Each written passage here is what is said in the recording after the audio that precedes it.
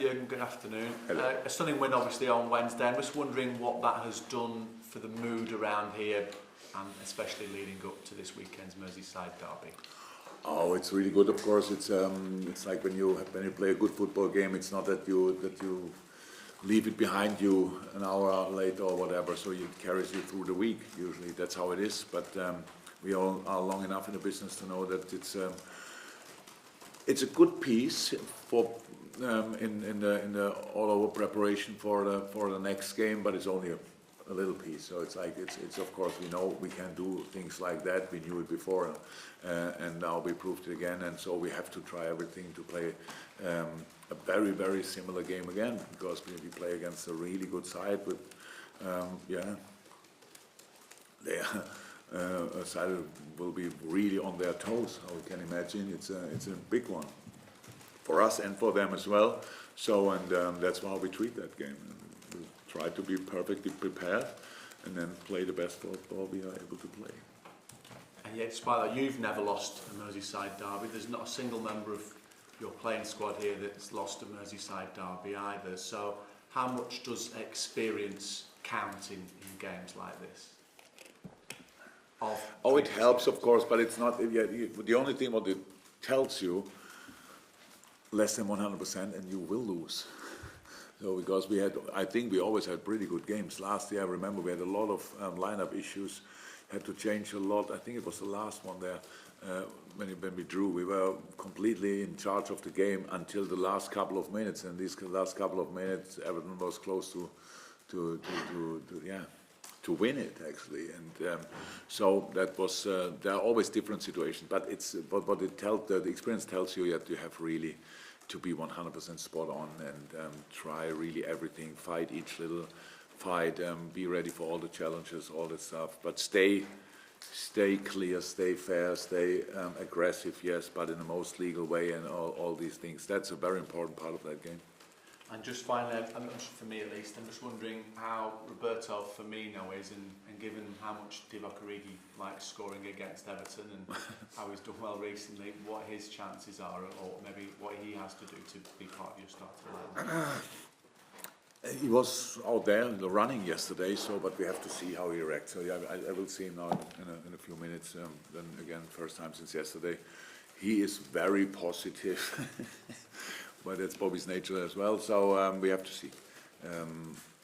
I don't see any other player having. Well, okay, we have maybe 2 or 3 more of them, but will even be in contention for that game after the little problem he had. So it looks really good, but if we will be ready for tomorrow, I don't know in a second. Jurgen, when we talk about hostile atmosphere there, is it the kind of atmosphere that brings the best out of your players? Hopefully. It was, we football players like that. And now I experience now, it was always, of course, the fans of Everton doesn't want us to win anything, and probably our fans, for them it's the same on the other side. So that's how it is. But in the game, it's only very emotional, very, very passionate, and all that stuff. And I hope it will be like that. That's how football should be. So there are other atmospheres in the Premier League where you think, wow, what are we playing for today? It's something special we don't know about. So that's, but that's where it's really against the opponent constantly, and where the people forget to support their own team. That's what I never really understand in football. But at Goodison, they really support their team, and so now let's go there and yes, and use the atmosphere, of course, because it will be loud, it will be wild, it will be everything, and we have to deliver that on the pitch as well. Well, we've spoken so much as well about the threat that your front three pose opposition teams. What about your full-backs in terms of their attacking prowess as well? Andy Robertson topping the charts for goals and chances created from defence, and Trent's delivery, 3 assists on Wednesday night as well. Yeah, it's important. That's modern football. If you ask a young boy what was your favorite position, I don't think a lot of boys would say, I want to be a full-back. But football changed, so that's they became much more important. That's how it is. I was a fullback myself for a decent part of my career, but it didn't look completely different to what the boys are doing. But at least I know that there are a lot of things to do. You have to be really strong defensively, but on the other hand side, because a lot of teams clear the wing for the fullbacks offensively, if you are then able to be open-minded enough and have the football quality for that, to see some people in the same shirt in the box, that helps a lot. And in that game it was exceptional. I don't think I ever was part of a game that somebody had a hat-trick in assists. I don't think so. So it was special. Did he get the match ball finally? Huh? Yes. Yeah. So he wanted it, so he got it. So that's how it is. So it was really cool. And so now let's try to do something like that again. Jurgen, when you talk about the experienced players that you have and you'll take it game by game in this run-in, do you look to make changes, rotate, because of you've got this European game coming up next week? Oh, I don't think we make changes because it's not next week, it's a week after. Week after, sorry. Yeah, no problem. I would be really surprised. No, it's fine. I think I'm Oh, no problem. Move it away. No, it's fine. I'm trying to which Champions game I'm doing now. All good, all good. So we don't make a change, of course, changes because of that game. So it's a long time until then. No, we have to see. It's about the opponent. That's how we did it for this game. We made a couple of changes after the United game. It was really close. Sunday, Wednesday is pretty much the smallest break you can have between two games if it's not Christmas. So that's we try to use that. As long as the boys are really fit, or more fit than actually have to start, then we try to introduce fresh legs. We will see if we do that for tomorrow, for Sunday again. It's not, what is it, written in stone? So how do you say that? Yeah. So we have to see. I'm only thinking, or I'm only thinking this in my crazy world that I live in, but in a run-in that you're having, in the position you are in the table, you look at, for example, Jordan Henderson on the bench. Is it on Wednesday? Obviously, he played against Manchester United, but is it like everybody wants to be involved? How do they react to that now when you say to them, "Okay, I'm going to start you on the bench this time and play other people"? They accept it. Yeah. I don't think they are happy. In this case, now it's about how happy. I know that Hendo played a lot of games this season, and then it was for a while was a little injury here, then problems there. But they all had. Millie had sometimes, and all that stuff. Chini had. They all had. Nabi had their problems. But the most important thing is to how will it fit for the next opponent in the different area. That's the first thing I think about, and then if more things than one could fit, then you start thinking who maybe needs rest or whatever, who who is a little bit better in this or this.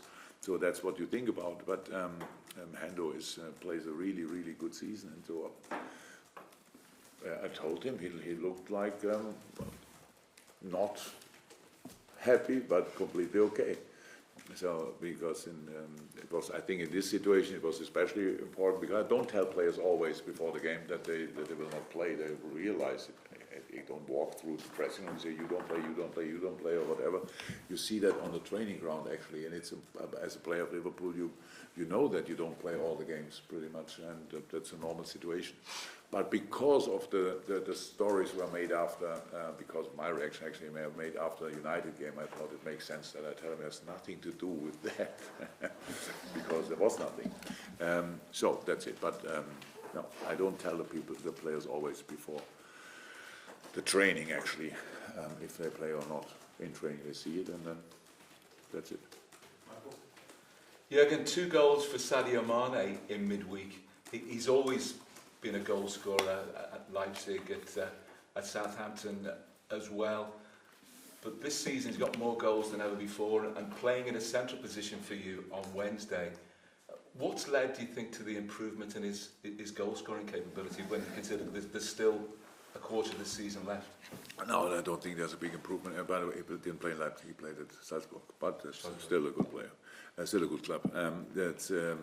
No, Sadio is only coming in an age where things becoming more natural for him. So it's not in the convincing. It's not the part where he has to convince everybody every day of his career, so that he's a good one now. Meanwhile, we all know that he's a world-class player, and he starts realizing that himself.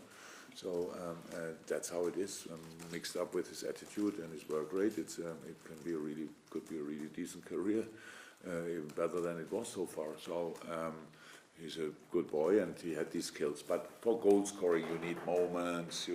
Look, we speak about a back heel goal. I didn't see it in the game. I saw it later. It was not only a back heel, but really over Foster's shoulder. So with goal scoring, is always a little bit of luck is involved, and And you have it in a moment like this, you have to use it like that, because there will be other moments in life. That's how it is. No, but he had always the quality.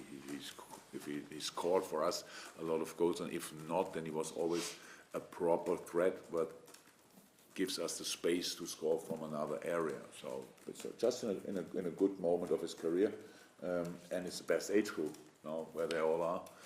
So that's what now should continue and develop in the next few years, because there's still a lot to come from these boys, of course. You know all about the passion involved in the Merseyside derby.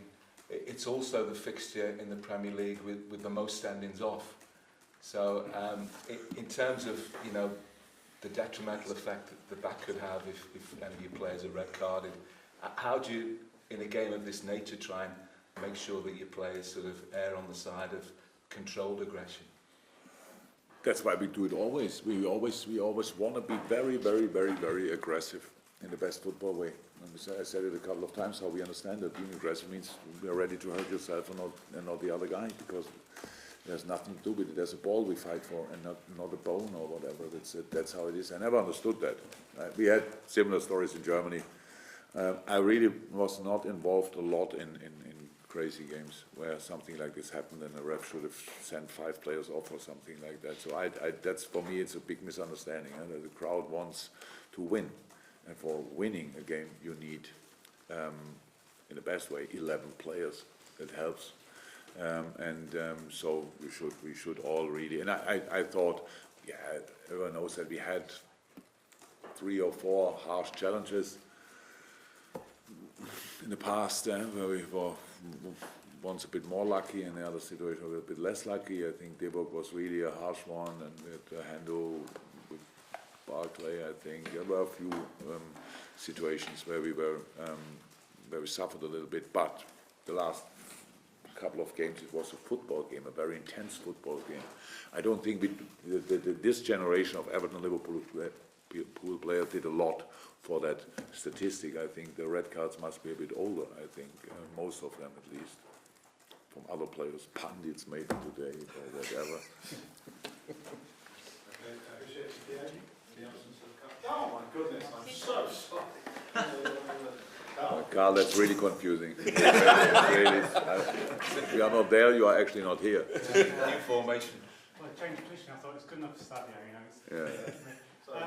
in terms of how the last derby finished and the impact it had on Everton's, seemingly on Everton's results, do you expect them to be almost even more motivated, or is it possible to be more motivated? I'm not sure if it's possible to be more motivated than they were that day, or we more motivated than we were that day, because it's just, but of course the game, it was special, so we all know my celebration. I will not do it again. That's how it is, and not that it happened today. It was very surprising. The ball was out. Verge already was halfway out. The Verge turned already after his wonderful volley, and then pretty much Div stayed awake and could score that goal. That was a very, very special moment. But it's not the time now, 2 days before the game, to really put the finger in the open mouth and say we want to have something like that again. That's all stories or stuff like that. We know that it will be really tough. It was that day really tough. It was that day really tough, and will be really tough tomorrow. I think Everton often changed a little bit the tactics, the approach against us, because it's so important. So we will have analyzed in a few minutes. And I will see, and it's really difficult. Is that against us as well, or is it against us completely different? So we really prepare the football part of the game, and it will be very emotional as well, and hopefully with a good end for us. And on Wednesday, 2 goals from Virgil van Dijk. Is goals from other areas going to be important, you know, to supplement the front three? Because obviously a lot of emphasis on them score, but does the rest of the team chip in a bit more? Yeah, of course, but who scores is actually not important. It's you only talk about scoring from other areas in moments when the front three don't score. Then you always talk, yeah, we need goals from other areas. That's how it is. But it's the front three doesn't score in moments like this, if you want, because we are not exactly passing in the right way. It's not that we had 500 chances and missed them all in the games we didn't win. And that's the situation. And yes, of course, you need goals from set pieces. Very, very important, and I loved the first one because it was a really good cross. So I wouldn't say it was an easy goal for Wirtz, but it was not the most difficult he scored in his life because the cross was already worth the goal. Yeah, of course, you need to be ready for all departments, and set pieces helped us, especially in the beginning of the season, quite a lot. That disappeared a little bit then in a specific part, but after the season. But now, hopefully, we can get it back, and because I love goals, scoring from set pieces. It's just you have a lot of set pieces in a game, and so we need to be really good in that. Jurgen, obviously, Virgil took a lot of the headlines from Wednesday night, but how impressive has John Matip's form been since he's come into the side? Yeah, very, very impressive. And so that's, I think we all know it. I think it was a Burnley game when he played first. I'm not 100% sure, but it was not the Joel we had before he got injured, because when he got injured, he was outstanding. It was outstanding what he did there, especially the Napoli game, where he got the injury. He played a really top-class game. Losing him then in a pretty much wrong moment, but he's just a really high class player. So it's he's doing the job. Next to him, he's not asking for any credit or whatever. He's just there. He loves what he's doing. So it's really nice to have him around. And we had now meanwhile a couple of different centre half couples, and they all worked really well. So that's the best news, and hopefully now we can really, because the problem was centre half, that a centre half situation like we had this year, I never had in my life. You have pretty much 5 centre halves with Nat Phillips as well, and I don't think we don't have now 3. Only if we say Fabinho is a centre half and Nate Phillips is on the way back. He trains now at least fully, so that's strange. So we need a bit of luck that all works out like that, and yeah, but he played fantastic the other night. Have you been surprised a little bit by the season Everton have had? Because they gave a good account of themselves at Anfield. They spent a lot of money, but since that game they really haven't been able to put results together. Actually, it's not my job to be surprised about the Everton season, to be honest. And that's like this. I don't, only because Everton, I don't watch now each game of Everton. It's like with all the other teams in the Premier League, I can have no time for that. So in the moment when we prepare that, then I see a lot of games of them. And they have a really good team, I have to say. That's a really good team. It's go through. It's England's #1, really good centre halves, and a lot of them as well. And the fullbacks, experienced and football-wise really good. In the middle of the park, quality, real quality, and up front we don't have to talk about that. So the wings quick and really talented, and in the centre they have, I think, 3 different options. So, and really good players with Richarlison and the other guys. So that's impressive. But what happened, I have no idea. So I'm not surprised because I don't look often enough there. Putting Sadio Mane up front and scoring 2 goals this week, do you think that helped him in terms of his confidence? I don't think that Sadio in the moment has any problems with confidence, because he's since weeks and months maybe one of our most stable players. So he's performing on an unbelievable high level since the whole season already. Yes, and maybe there was 1 or 2 games, I don't remember them, but when he didn't. But he was very stable in the last couple of weeks, and it's just nice to see that he a player with his qualities and his attitude he really wants to help the team in different positions, because we never played it. That was why we did it with him in the center, because the difference was not that big to the position we played before. So he's in a very good moment. Hopefully, may continue until May 2028 or so. I'm not sure exactly how long he will play. And on Sunday, you're going to have a fight between, another fight is Sadio Mane against Idrissa Gueye, two Senegalese. Yeah, true. They play. Maybe they will meet, but they played not the first. They don't play the first time against each other, so they are used to it. And I don't know if they are best friends on the pitch yet. I couldn't see it, so they obviously take it as professionals. So that's good. That's how it should be.